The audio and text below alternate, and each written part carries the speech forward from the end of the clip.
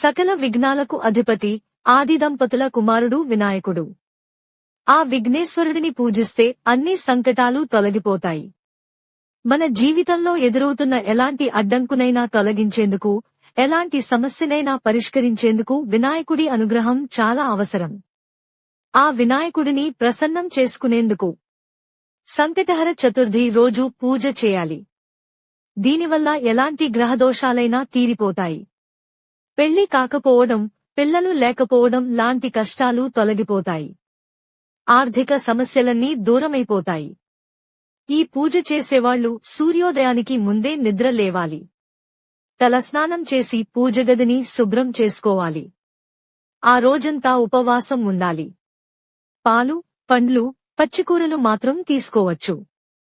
ఇక సాయంత్రం సూర్యాస్తమ సమయానికి అంటే సుమారు 6 గంటలకు వినాయకుడి పటానికి గరికతో చేసిన దండ వేసి, ఉండ్రాళ్లను నైవేద్యంగా పెట్టి, దీపం వెలిగించాలి. ఆ తర్వాత చంద్రుడిని లేదా నక్షత్రాలని చూశాక ఉపవాసాన్ని విరమించాలి. ఇంట్లో పూజ ముగిసిన తర్వాత వీలైతే దగ్గరలో ఉన్న వినాయకుడి గుడికి వెళ్లి 3, 11 లేదా 21 ప్రదక్షిణలు చేయాలి. శ్రీ సంకటనాశన గణేశ స్తోత్రం పఠించడం ఉత్తమం.